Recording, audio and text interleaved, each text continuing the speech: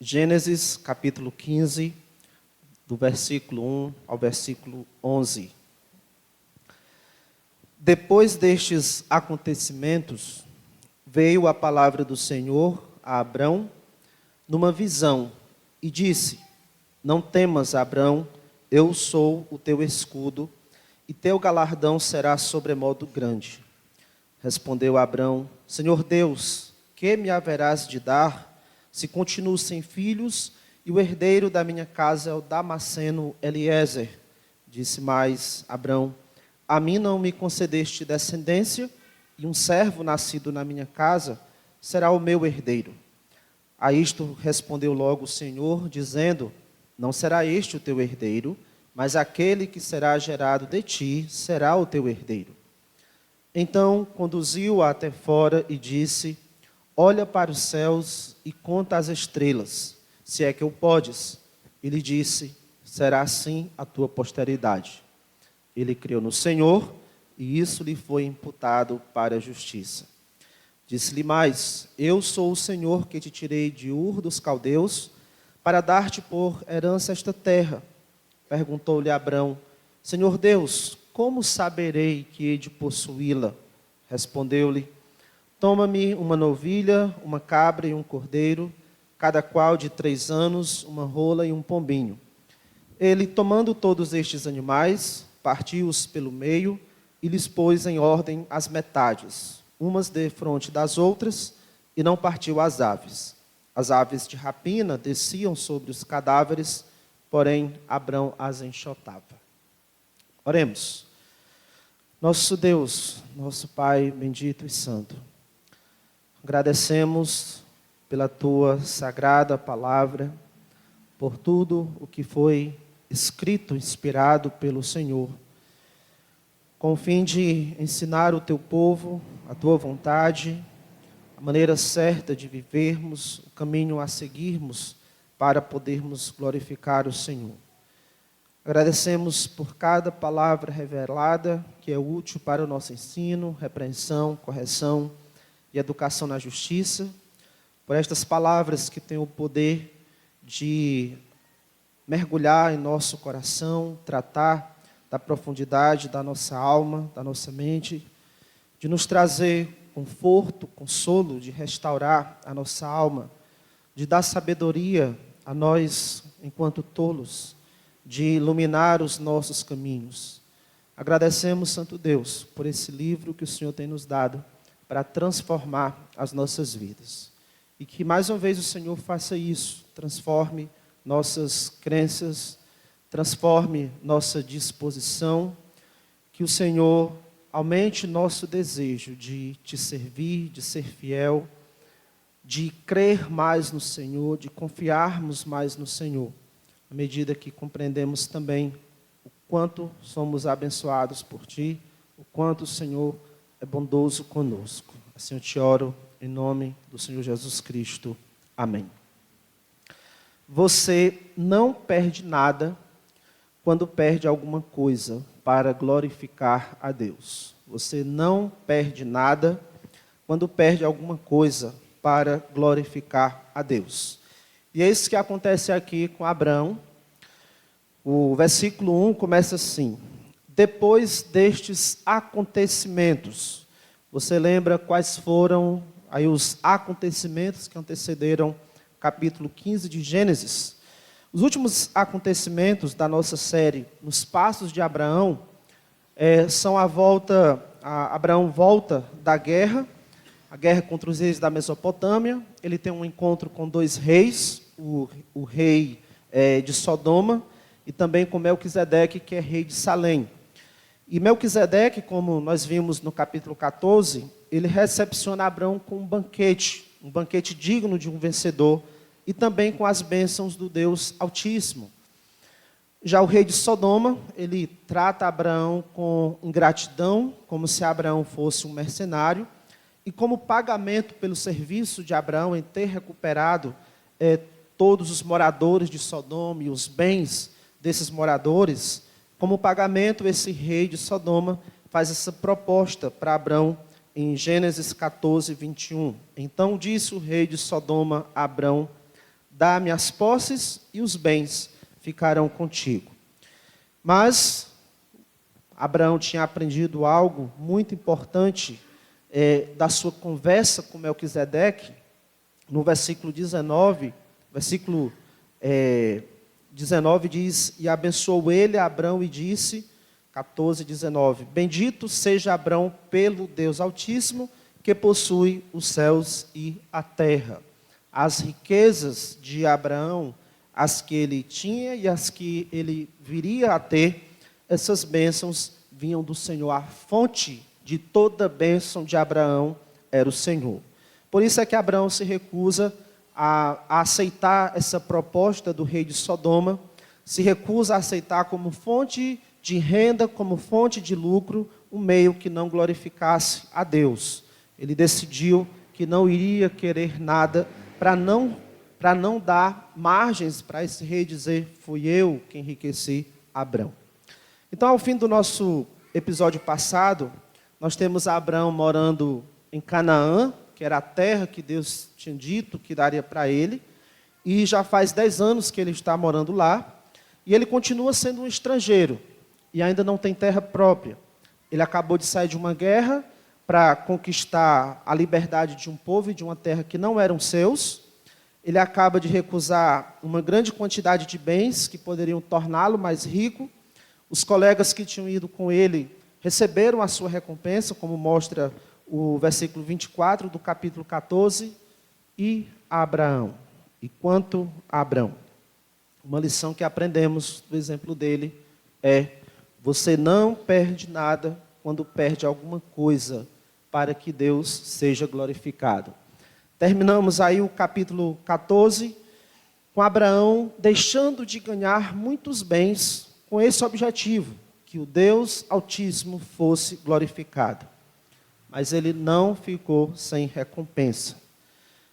Se você for olhar o capítulo 14, tem várias vezes a palavra bens, talvez a palavra recompensa. O capítulo 15 vai começar usando a palavra galardão. O 14 tem a palavra ainda quinhão. Então tem muitas coisas a ver com bens, com recompensas, com galardão. E nessa história toda, enfim, quais foram os bens, a recompensa de Abraão?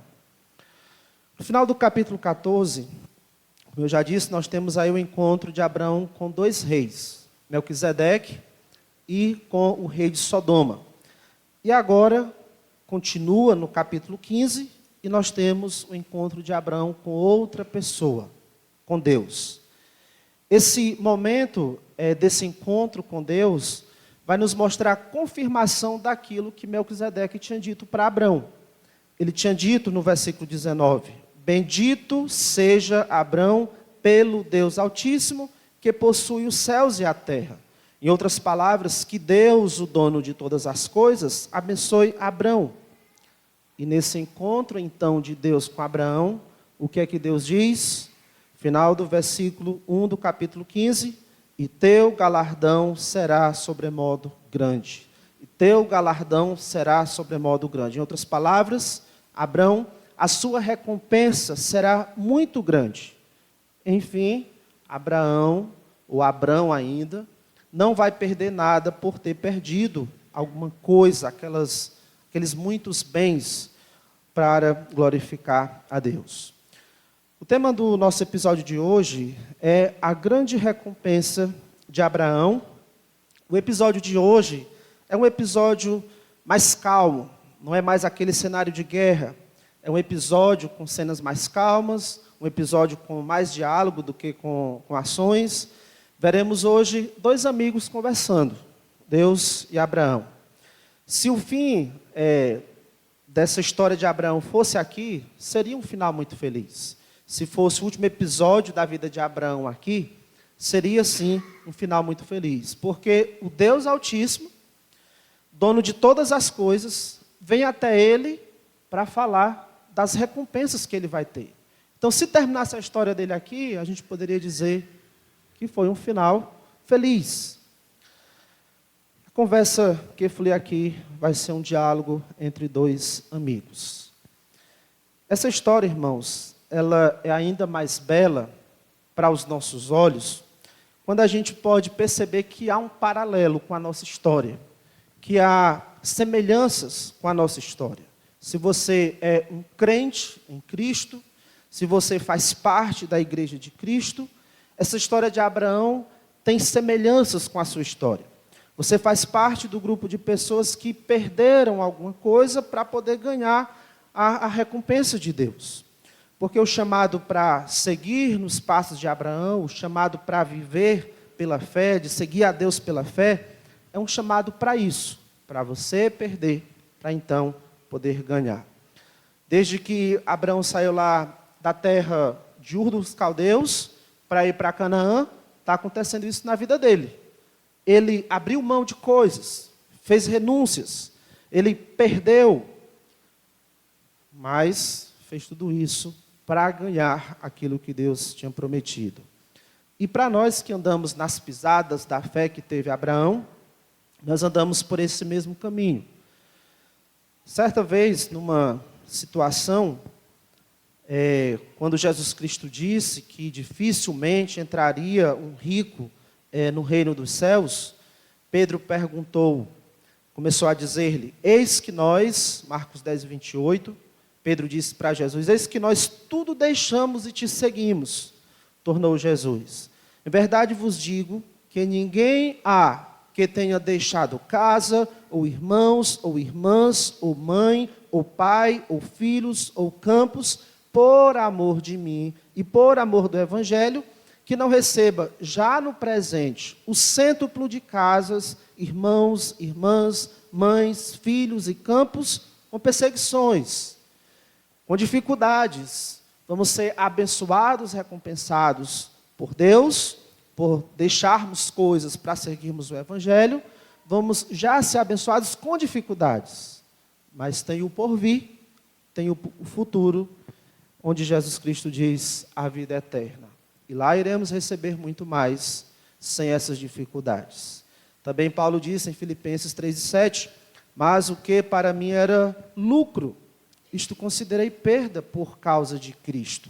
Sim, deveras considero tudo como perda, por causa da sublimidade, do conhecimento de Cristo Jesus, meu Senhor, por amor do qual, ele diz, perdi todas as coisas e as considero como refúgio para ganhar a Cristo. Perdi todas as coisas e para mim elas não valem mais nada para ganhar a Cristo.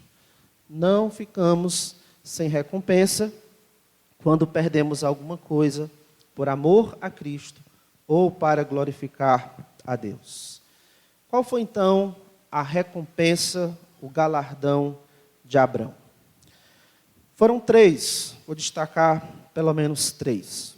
A primeira recompensa de Abraão, depois de ele ter renunciado aí aqueles bens que não iriam glorificar a Deus, a primeira recompensa foi a proteção de Deus. Gênesis 15, versículo 1, diz, depois destes acontecimentos, veio a palavra do Senhor a Abrão numa visão e disse, não temas, Abrão, eu sou o teu escudo. Não temas, Abrão, eu sou o teu escudo. Lembra de ter lido isso algumas vezes na Bíblia? Não temas, que geralmente quando Deus ia falar com alguns dos seus servos, especialmente para chamá-lo para alguma missão, Deus iniciava a sua fala com seus servos, os profetas, por exemplo, com essas palavras, não temas. Isso não é um clichê, não é só um jeito bonito de Deus falar com o seu servo. Dentro de contexto em que cada um se encontrava, essa era uma palavra confortadora, uma palavra que trazia ânimo, encorajamento. E nesse momento em que Abraão se encontra, eram exatamente as palavras que ele precisava ouvir. Lembra do que está acontecendo. Ele acabou de passar por um momento muito intenso, tanto fisicamente como emocionalmente. Ele saiu de uma guerra, e guerra exige isso. Exige esforço físico, esforço mental, O tempo todo, numa guerra, se está lidando com mortes, com decisões importantes que precisam ser tomadas o tempo todo. E aí, quando ele volta da guerra, tem que lidar ainda com a ingratidão do rei de Sodoma, tem que ter um diálogo ali que precisa também de uma resposta, e tudo isso gera uma tensão emocional também, traz um desgaste físico, um desgaste mental, um desgaste emocional. E tudo isso é também um prato cheio para o desânimo espiritual. Além disso, a outra apreensão aqui também, ele acabou de voltar de uma guerra, né?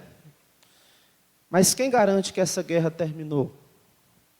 Quem garante que aqueles 4 reis lá da Mesopotâmia não iam preparar um exército maior, mais poderoso, e não iriam tentar reaver essas terras que Abraão libertou, ou até mesmo agir de forma vingativa contra Abraão? Esses 4 reis eram aqueles reis que não tinham sucumbido à rebeldia dos 5 reis ali daquela região. Se uniram 5 reis subordinados a eles, se revoltaram, e eles foram lá, ampliaram o seu domínio, capturaram as pessoas daquelas cidades, levaram eles presos, levaram os seus bens, e eles iriam agora sucumbir a Abraão com um pequeno exército. Quem garante que eles não iriam contra-atacar? Pode ser que Abraão estivesse preocupado com esses questionamentos também. Então, o que Deus faz na sua conversa com Abraão? As suas primeiras palavras são: não temas, eu sou o teu escudo. Abraão não precisava temer essas possíveis ameaças, porque o próprio Deus estaria à frente dele, como seu escudo. Não é isso que se faz com o escudo, se coloca à frente para uma proteção. Pois bem, o próprio Deus estaria à frente dele, seria a sua proteção. Salmo 20, versículo 7 diz: uns confiam em carros, outros em cavalos, que eram instrumentos de guerra. Quem tivesse isso naquela época, tinha, vamos dizer assim, um conjunto bélico muito bom. Então, uns confiam em carros, outros em cavalos, nós, porém, nos gloriaremos em o nome do Senhor, nosso Deus. Pensando em nós, a nossa confiança não está em nossas cercas elétricas, em nossos muros altos, a nossa confiança não está em nossas grades nas janelas, nas portas, em nossos cadeados, em nossas câmeras de segurança. A nossa proteção, assim como no caso de Abraão, é o próprio Deus. A nossa proteção é o próprio Deus. O mais alto nível de segurança é vão, se o Senhor não nos guardar. Em vão vigia a sentinela, se não for o Senhor que estiver ali guardando a cidade. Essa verdade de que Deus guarda, de que Ele protege o seu povo, é para nos dar tranquilidade, para nos dar paz, para não vivermos atormentados por possíveis ameaças. Se não lembramos que temos essa proteção, só lembramos das ameaças e do poder que essas ameaças têm, pode ser que nem queiramos sair de casa com medo de algo nos atacar, de algo causar um mal a nós. Não entenda mal, eu não estou aconselhando para sermos negligentes ou irresponsáveis com a segurança, com a nossa segurança, a segurança da nossa família, ou da nossa casa, quando digo que a nossa confiança não está em cercas elétricas, muros, gradeados, cadeados. Não é isso. O que diz lá em Provérbios 16 e 31? O cavalo prepara-se para o dia da batalha, mas a vitória vem do Senhor. O fato de a vitória vir do Senhor não anula a nossa responsabilidade de prepararmos o cavalo para a batalha. O fato de a nossa vitória vir do Senhor não anula essa responsabilidade nossa de preparação. O Senhor é o nosso protetor, e isso não anula a nossa responsabilidade de tomarmos os devidos cuidados, de tomarmos medidas preventivas, o que precisamos entender é que esses nossos meios de segurança, eles só vão ser eficazes se Deus nos proteger por meio deles. Nós precisamos, então, ter cuidado para não acumular medidas de segurança, equipamentos de segurança, meios de segurança, mas para mostrar o nosso status, o poder que nós temos de comprar a nossa própria segurança. Se você pode, adquira essa segurança, cuide da sua segurança, mas não esqueça que o verdadeiro protetor é Deus. E que Ele, se Ele quiser, Ele pode usar esses meios, esses equipamentos para a sua proteção. A mensagem para Abraão aqui é que ele estivesse em paz. Não temas, porque eu sou o teu escudo. Não é porque ele tinha um exército de 318 homens muito capazes, e se qualquer perigo aparecer, está aqui os camaradas para me defender. Eu sou o teu escudo. A primeira recompensa era ter o próprio Deus como a sua proteção. Como Melquisedeque já tinha dito, capítulo 14, versículo 20, bendito seja o Deus Altíssimo, que entregou os teus adversários nas tuas mãos.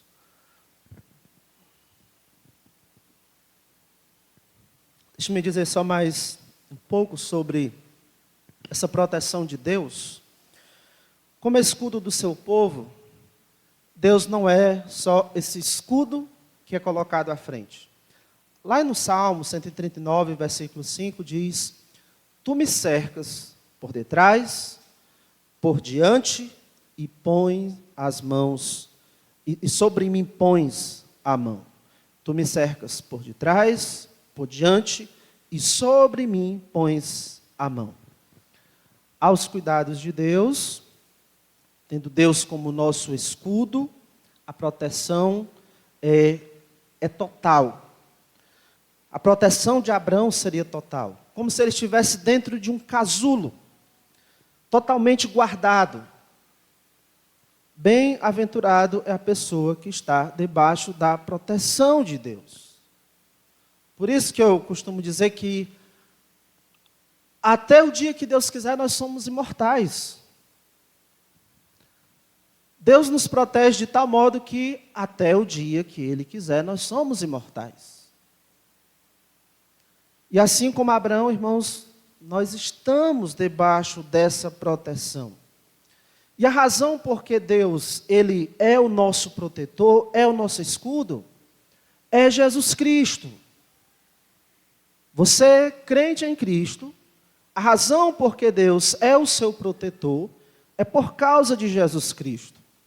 Colossenses 3:3 diz assim: a vossa vida está oculta, escondida, ela está em segurança, juntamente com Cristo, em Deus. Se nós tirarmos essa parte, juntamente com Cristo, não existe segurança. A nossa vida não tem essa segurança se também não temos Cristo. Você já deve ter visto aí muitas vezes a palavra criptografia, ou a palavra criptografada. Geralmente, quando você precisa criar uma senha, né, para um e-mail ou para qualquer coisa, geralmente aparece uma mensagem que a sua senha foi criptografada, se ela tem uma segurança, ou que as mensagens que você envia para alguém no WhatsApp está criptografada de ponta a ponta. Essa palavra é a mesma palavra aqui de Colossenses 3:3, oculta. A nossa vida está criptografada, protegida de ponta a ponta, juntamente com Cristo em Deus. Então, para nós cristãos, que estamos unidos a Cristo pela fé, desfrutamos da mesma proteção de Jesus Cristo em Deus. A nossa segurança é total, de ponta a ponta. Deus guarda, por exemplo, o seu povo das portas do inferno. Quais são as portas do inferno? A morte. Jesus Cristo disse que a morte não terá vitória sobre a sua igreja, sobre o seu povo. Mesmo se nós morrermos, o que Jesus Cristo vai fazer? O que ele disse? Viveremos, porque Ele nos ressuscitará no último dia. Por isso, não tem razão, é sem sentido vivermos, nós que confessamos fé em Cristo, é sem sentido vivermos atormentados com preocupações sobre ameaças que nos cercam. Vivermos atormentados por causa de doença, por causa de um vírus, por causa dos maus governos, de um bandido, de um ladrão, sem darmos a devida importância que essas coisas precisam, mas que isso não seja um tormento para nós, não vivermos perturbados com isso. Porque o máximo que essas coisas podem fazer é nos matar. O máximo que essas coisas podem fazer é nos matar. E Jesus resolve esse problema. Para nós, o seu povo, Ele resolve o problema da morte. Mesmo quando Deus deixa Ele como nosso protetor, mesmo quando Ele deixa, e isso só vai acontecer se Ele deixar, mesmo quando Ele deixa que algum perigo entre nesse casulo de proteção, Ele continua ali, presente, conosco, gerenciando esse nosso sofrimento. Mesmo que Ele deixe algum sofrimento sobreviver a nós, não é que Ele removeu esse casulo, continuamos lá, dentro do casulo, com o sofrimento permitido por Deus, e Ele está gerenciando esse sofrimento. Por exemplo, Ele deixou que Satanás tirasse os bens de Jó, num só dia. Ele deixou que Satanás tirasse os filhos de Jó, num só dia. Ele deixou que Satanás tirasse a saúde de Jó, mas não a vida de Jó. E isso nos mostra que Satanás ele só causa danos à nossa vida quando Deus permite. Esse dano só é até onde Deus permite. Isso é pelo tempo que Deus permite. E o bom é que Deus só permite que Satanás nos cause algum dano ou sofrimento, porque Ele usará isso para o nosso bem. O nosso sofrimento não é à toa. Como há o título de um livro, o sofrimento nunca é em vão. Para nós, o povo de Deus, não. Deus vai usar isso para o nosso bem. Então, mesmo quando você estiver sofrendo, mesmo quando parecer que os inimigos estão obtendo vitória, mesmo assim, você está debaixo da proteção de Deus. Você está criptografado em Cristo. Está dentro do casulo de proteção de Deus. Ele está gerenciando tudo o que está acontecendo ali. Coisas boas e coisas ruins. Então, pense bem. Quais são as suas preocupações? Pode ser que você chegou aqui nesse mesmo estado que estava Abraão, aqui no começo desse capítulo. Ele estava pensando, talvez pensando, será que aqueles reis não vão retornar? Muito exausto fisicamente, emocionalmente, talvez à beira de um desânimo espiritual. Pode ser essa a sua situação. Mas como crente em Cristo, essas palavras de Deus, Abraão, servem para nós também, servem para você também. Não temas, eu sou o seu escudo. Segunda recompensa de Abraão, além de a proteção de Deus, foi as promessas de Deus. No final do versículo 1, Deus diz: e teu galardão será sobremodo grande. Essa foi uma forma generalizada de Deus falar que iria abençoar muito a Abraão. Mas agora, como eu tinha dito, é um diálogo que está acontecendo aqui. Agora é a vez de Abraão falar. E de forma honesta, Abraão ele está interessado em mais detalhes dessas bênçãos de Deus. Deus diz: teu galardão será sobremodo grande. E Abraão queria mais detalhes sobre isso. Então veja Abraão falando nos versículos 2 e 3. Respondeu Abraão: Senhor Deus, que me haverás de dar se continuo sem filhos e o herdeiro da minha casa é o Damasceno Eliezer. Disse mais Abrão: a mim não me concedeste descendência, e um servo nascido na minha casa será o meu herdeiro. Deus tinha prometido antes, quando chamou ele lá de Ur dos Caldeus, no capítulo 12, de ti farei uma grande nação. E já se passaram 10 anos, Abraão agora tem 85 anos, sua esposa também já é velha. Como é que vai ficar essa promessa de Deus de dar a ele uma grande nação? Essa pergunta de Abraão aqui, Senhor, que me haverás de dar se continuo sem filhos? E no versículo 3, a mim não me concedeste descendência. Abraão, ele está sendo honesto aqui com Deus, apresentando o seu coração para Deus, e ele mostra meio que uma certa frustração de que ainda não foi cumprida essa promessa, não tinha ninguém ainda como seu herdeiro para herdar essa herança que Deus está prometendo aqui. Até agora ele não tem filho. O questionamento dele é: Senhor, do que adianta essas bênçãos, o Senhor me dá alguma coisa, se eu não tenho ninguém para herdar tudo isso? E por causa dessa aparente demora, para Abraão parecia demorado, em Deus dar um herdeiro para ele, ele já tinha até pensado num plano B. Um servo nascido em minha casa será o meu herdeiro, diz o versículo 3. Abraão, disse mais Abraão: a mim não me concedeste descendência, e um servo nascido na minha casa será o meu herdeiro. A conversa continua fluindo. Agora é a vez de Deus falar. Deus vai responder a Abraão. E é bem aqui que nós vemos Deus tratando Abraão como se fosse um amigo. Quando Abraão disse: um servo nascido em minha casa será o meu herdeiro, parece até que Abraão tinha mais coisas para dizer. Já que ele está aqui abrindo seu coração, talvez ele até quisesse dizer mais coisas. Eu vou ler aqui o versículo 2 e 3, tirando alguns detalhes do narrador. Versículo 2 e 3, só as falas de Abraão. Senhor Deus, que me haverás de dar se continuo sem filhos, e o herdeiro da minha casa é o Damasceno Eliezer? A mim não me concedeste descendência, e um servo nascido na minha casa será o meu herdeiro. Não será esse o teu herdeiro.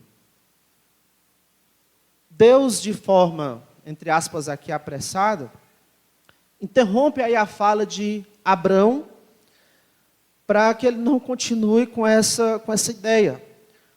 Versículo 4 diz: a isto respondeu logo o Senhor, dizendo: não será esse o teu herdeiro, mas aquele que será gerado de ti será o teu herdeiro. Seria mais ou menos assim.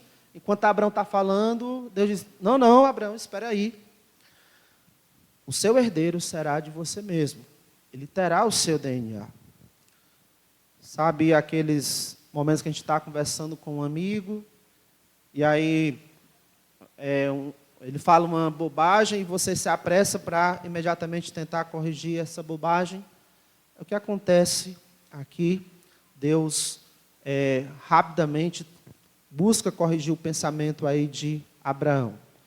E o que segue, o que se segue aqui, é como se Deus pegasse na mão do seu amigo e dissesse: vamos ali, eu vou te mostrar uma coisa. E aí leva ele para fora, e lá a conversa continua. Deus diz: agora olhe para o céu. Abraão olha para o céu. Você pode contar as estrelas? E Abraão só pensa, não fala, não. Assim será a tua descendência, a resposta de Deus. Versículo 5. Então, conduziu até fora. Não foi que Deus disse: vá para fora. É que Deus, de alguma forma, o levou para fora. Deus conduziu até fora e disse: olha para os céus e conta as estrelas, se é que eu podes. E lhe disse: será assim a tua posteridade. Eu imagino Abraão olhando para o céu, vendo aquelas inumeráveis estrelas, sem ter luzes artificiais para atrapalhar a visão de um céu noturno imensamente estrelado. Eu imagino ele olhando para o céu e tentando imaginar o tamanho da sua descendência. Quantos descendentes ele teria? Inumeráveis. Interessante que o narrador, ele não nos dá em seguida uma fala de Abrão, depois que Deus disse, assim será a tua descendência. Não tem em seguida aí uma fala de Abrão, mas algo acontece internamente no coração dele. E o narrador diz isso para nós, versículo 6. Ele creu no Senhor. Ele creu no Senhor. Quando Deus fez aquela promessa, Abrão não ficou trazendo dificuldades para desacreditar Deus. Ele, por exemplo, não pensou, eu acho que esse Deus está me enrolando. Já faz 10 anos que eu estou aqui e nada. E nem algo, esse Deus deve estar maluco. Eu já sou velho, a minha esposa é velha. Como é que a gente ainda vai ter filhos? Ele creu no Senhor. Ele não ficou limitando o poder de Deus às suas próprias limitações. Algo que nós somos mestres em fazer. Nós não vemos qual seria o meio para Deus realizar algo, então nós passamos a acreditar que Ele não vai realizar. E buscamos agir do jeito que a gente acha que daria conta. Ouça o comentário do apóstolo Paulo em Romanos, sobre esse momento aqui. Romanos 4:18, Paulo diz assim, Abrão, esperando contra a esperança, ou seja, ele esperando contra as expectativas naturais, olhando para o natural, apenas por um olhar humano, aquela velha não tinha mais como ter filhos. Abraão, esperando contra essa expectativa natural, contra a esperança, creu para vir a ser pai de muitas nações, segundo lhe foi dito, conforme lhe foi dito, assim será a tua descendência. Esse momento, essa atitude dele de crer no Senhor, foi contra muitas coisas que, humanamente falando, não seria possível acontecer. Irmãos, essa resposta de fé, de confiança, que é isso que significa a palavra creu, é que ele confiou, e fala de uma confiança contínua, essa resposta de fé, de confiança de Abraão às promessas de Deus, é na verdade uma maneira de ele se entregar a Deus, de ele entregar a sua vida ao controle de Deus. É como se ele dissesse, Senhor, eu confio em Ti. Confio nos teus planos. Eu aceito para mim a tua vontade. Guia a minha vida. Pode fazer como o Senhor quer. Pode fazer o que tens preparado para mim. Entende como devemos viver pela fé? O que é viver pela fé? Nós conhecemos as promessas de Deus. Devemos, pelo menos, sabemos do nosso destino eterno, temos a promessa de que mesmo as situações difíceis serão para o nosso bem, mas aí, aceitamos mesmo a vontade de Deus para as nossas vidas? Viver por fé envolve isso, aceitar a vontade de Deus para as nossas vidas. Aceitamos o que Deus tem preparado para nós? O que Deus tem preparado para nós, enfim, será a glória, será a semelhança com Jesus Cristo. Mas faz parte desse caminho até a glória, sofrimentos do tempo presente. E pela fé nós queremos a glória.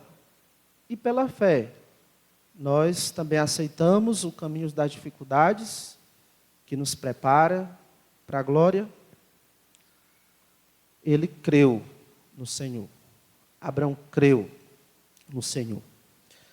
E aí o narrador, aqui de Gênesis 15, ele faz um comentário, uma nota teológica, podemos dizer assim, sobre isso, sobre essa ação, essa atitude de Abraão. Ele creu no Senhor.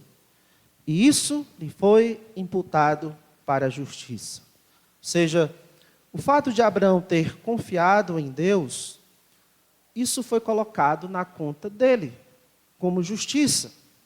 Isso foi colocado na conta dele para a justificação. Não é que ele fosse justo, não é que ele era uma pessoa perfeita, mas agora que ele confiou em Deus, que ele entregou a sua vida ao controle de Deus, isso foi contado como justiça. Justiça, irmãos, é a condição que nós precisamos estar para ser aceito por Deus.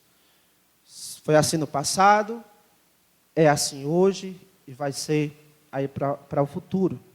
Você só pode ser aceito por Deus sendo justo.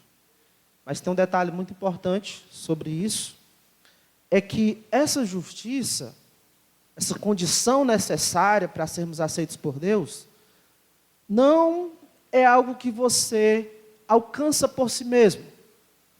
Não é algo que você produz com as suas obras, por exemplo, com a sua obediência.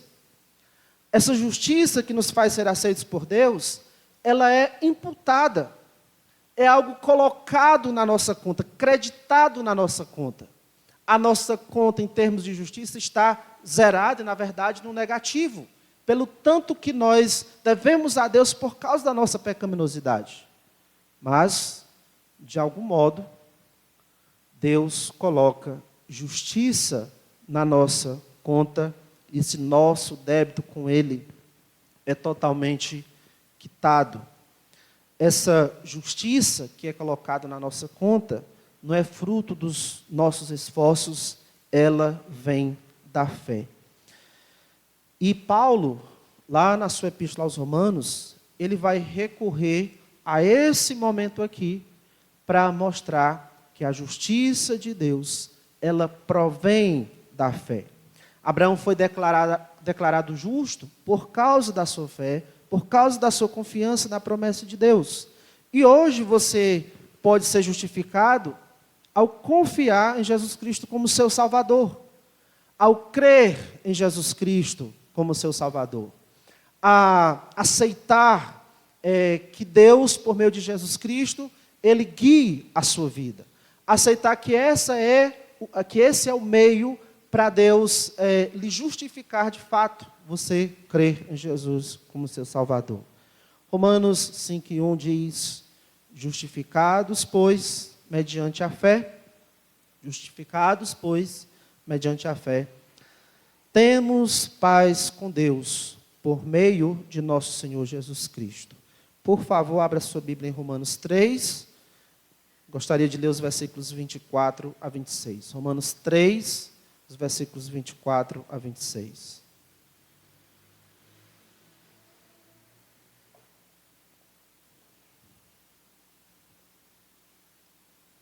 Romanos 3, 24 a 23, depois de ter dito que todos pecaram e carecem da glória de Deus, sendo, versículo 24, justificados, declarados justos, gratuitamente.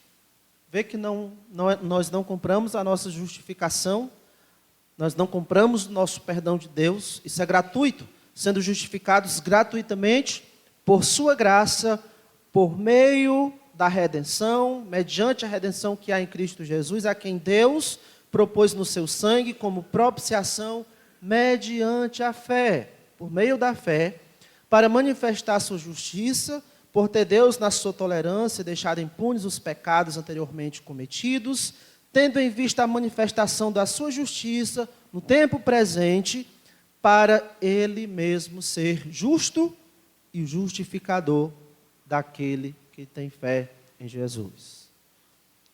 Resumindo essa parte final aqui, Deus, Ele justifica apenas aqueles que têm fé em Jesus.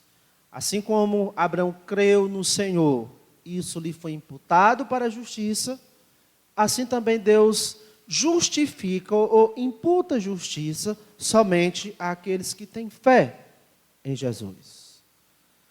Aqueles que confiam em Cristo como seu Salvador. Dentre as muitas promessas que Deus faz aos homens hoje, está essa, a justificação para aqueles que creem em Jesus. Por isso que Abraão é o nosso pai na fé. É o pai daqueles que creem, porque ele é esse primeiro exemplo destacado na Bíblia de como alguém é justificado pela fé. Além de prometer uma grande descendência, Deus reforçou a promessa de uma terra para Abrão. Gênesis 15, 7. Disse-lhe mais: eu sou o Senhor que te tirei de Ur dos Caldeus para dar-te por herança esta terra. Então, a segunda recompensa de Abrão foram as promessas de Deus. E essa promessa aqui, no versículo 7, de que iria dar por herança aquela terra, isso nos leva à terceira recompensa de Abrão. A terceira recompensa que Deus dá para ele. A terceira recompensa é um pacto de Deus. Não estou dizendo um pacto com Deus, um pacto de Deus. Esse pacto é fruto desse diálogo que vai continuar aqui, esse diálogo amigável entre Deus e Abrão. Abrão numa atitude, como vimos aí, de amizade com Deus e numa atitude de servo de Deus, ele confiou nas promessas do Senhor e essa sua confiança foi aprovada por Deus e creditada como justiça. E agora Abrão, ele faz um pedido a Deus como seu amigo. De novo eu vou ler aqui o versículo 7. Disse-lhe mais: eu sou o Senhor que te tirei de Ur dos Caldeus para dar-te por herança esta terra. Até esse momento, imagino, enquanto Deus ainda está falando para Abraão, ele está olhando ainda para o céu, contemplando as estrelas, tentando imaginar a sua descendência, né? Afinal, Deus tinha dito: olha para o céu aí, você pode contar, será assim a tua descendência. Ele creu no Senhor e Deus diz: e eu também vou te dar essa terra por herança. E agora, imagino que ele volta a cabeça para fazer essa pergunta do versículo 8. Perguntou-lhe Abrão: Senhor Deus, como saberei que hei de possuí-la? E essa pergunta não é uma pergunta de incredulidade, de alguém que está duvidando de que Deus vá realmente fazer isso. Essa pergunta é, na verdade, como um pedido, parecido com aquele pedido que a gente vê em cerimônias de casamento.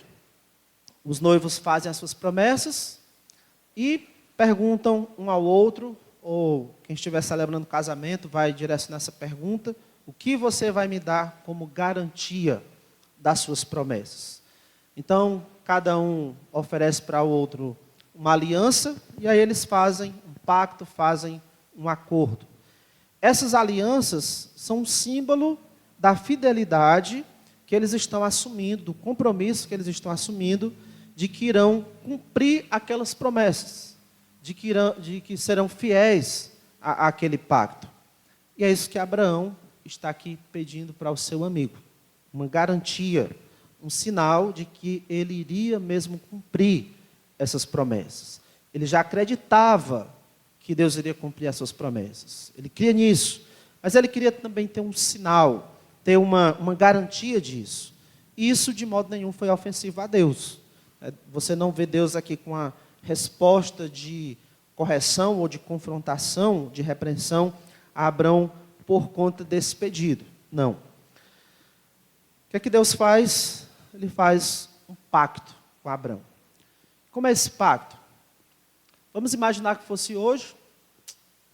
Se fosse Deus fazendo um pacto com você, talvez vocês iriam ali no cartório, iriam editar lá um ofício, um documento, onde estabelece lá qual é o acordo que vocês estão fazendo.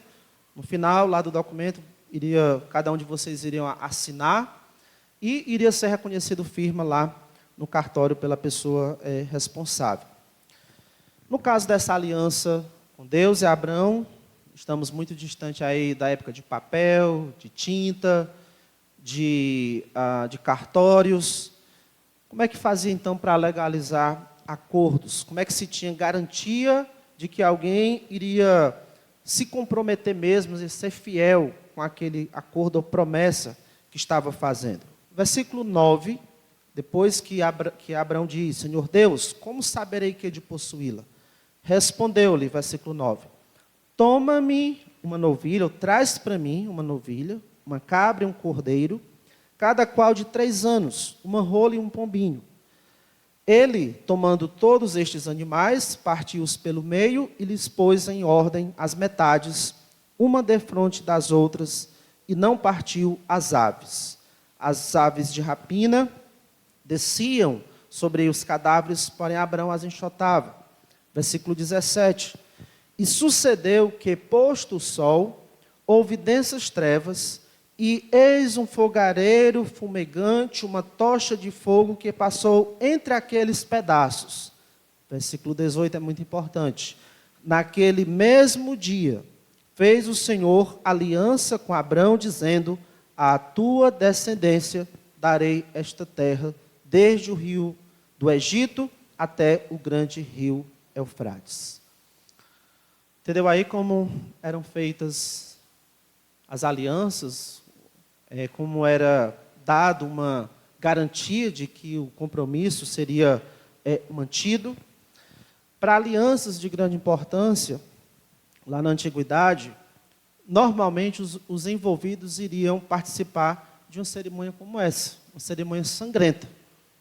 Eles iriam pegar animais, cortar esses animais ao meio, iriam colocar as metades lado a lado, na frente da outra, deixando um espaço entre uma e outra.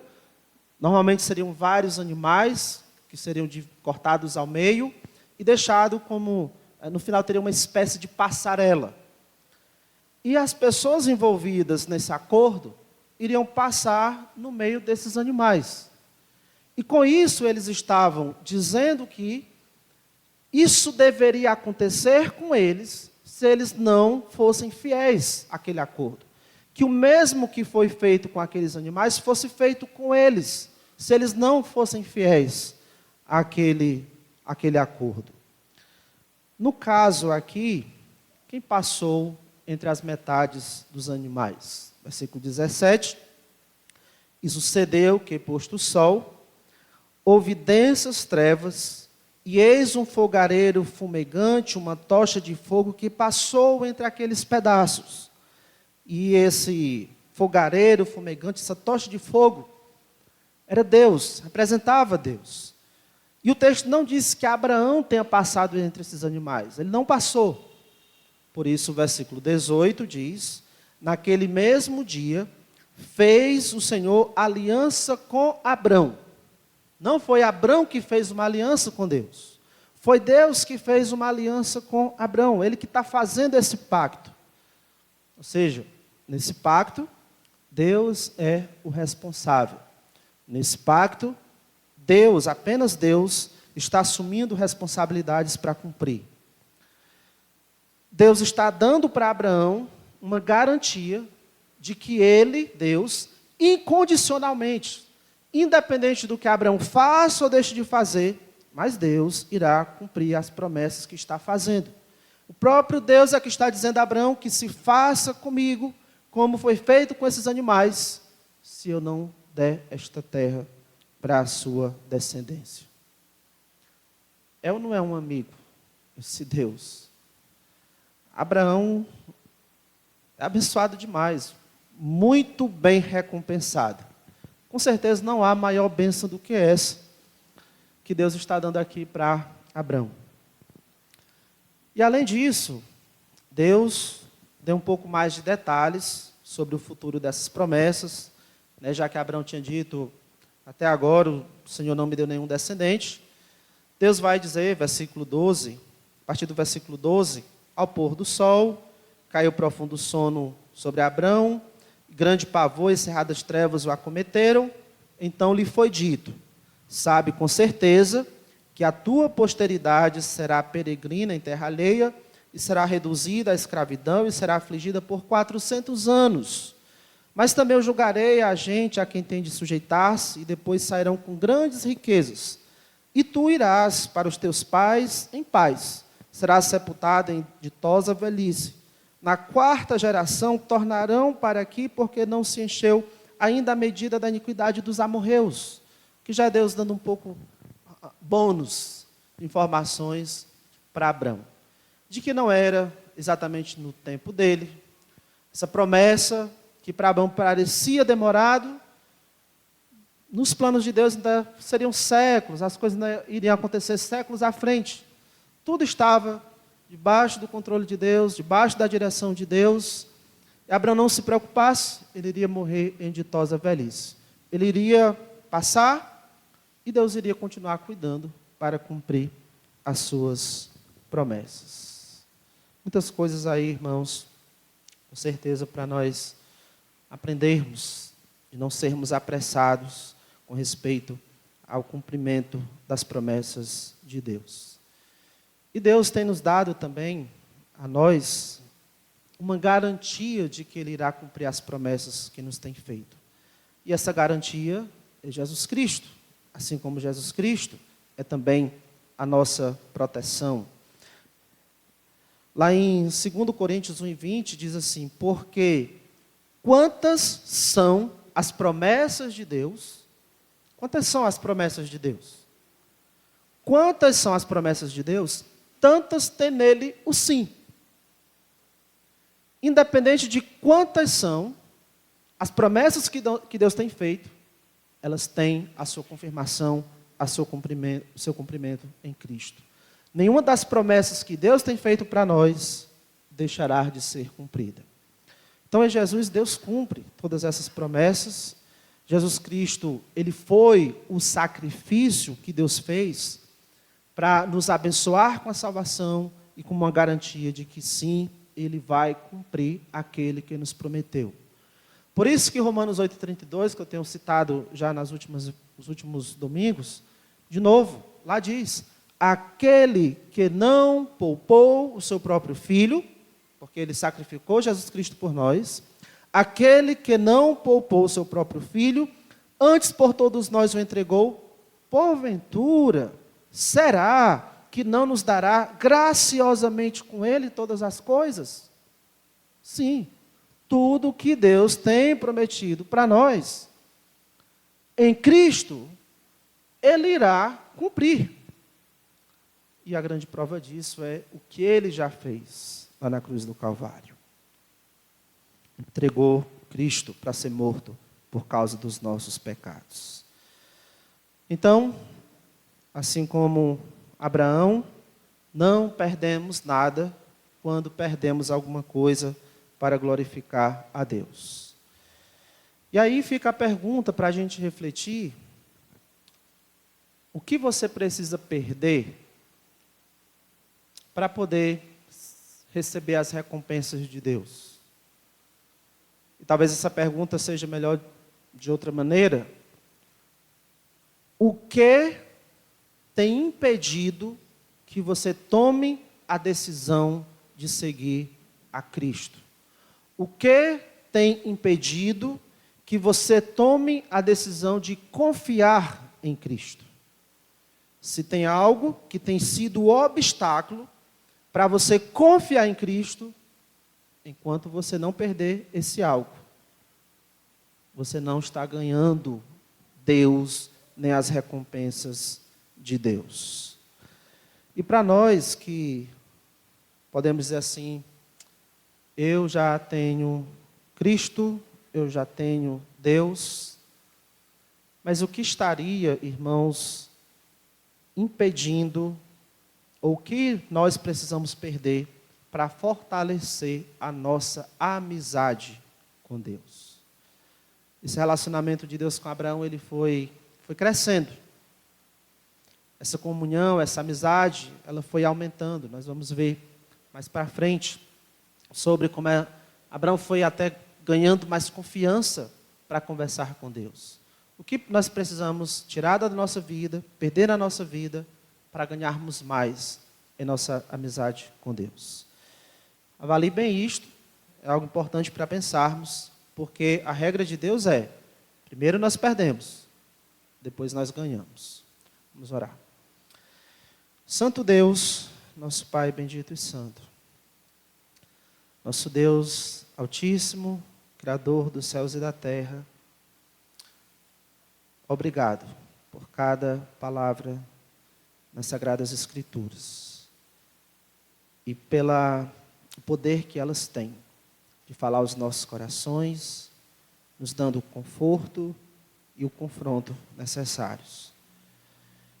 Que o Senhor nos abençoe durante esta semana, nos ajudando, Santo Deus, a confiar no Teu cuidado, na Tua proteção, a lembrar que a nossa alma está totalmente protegida pelo Senhor e que do perigo que cercá-la, o Senhor poderá livrá-la.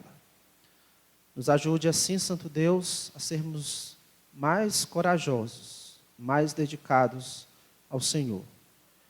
Como também possamos ser despertados a querer conhecer mais sobre as Tuas promessas. Quais as promessas que Deus tem feito para nós?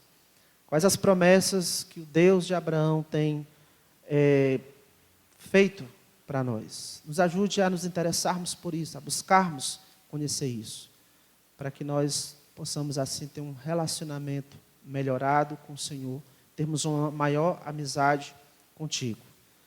E principalmente por sabermos que o Senhor, em Cristo, já nos deu a garantia de que irá cumprir essas muitas promessas. Senhor, te oro, meu Pai, em nome do nosso Senhor. Amém.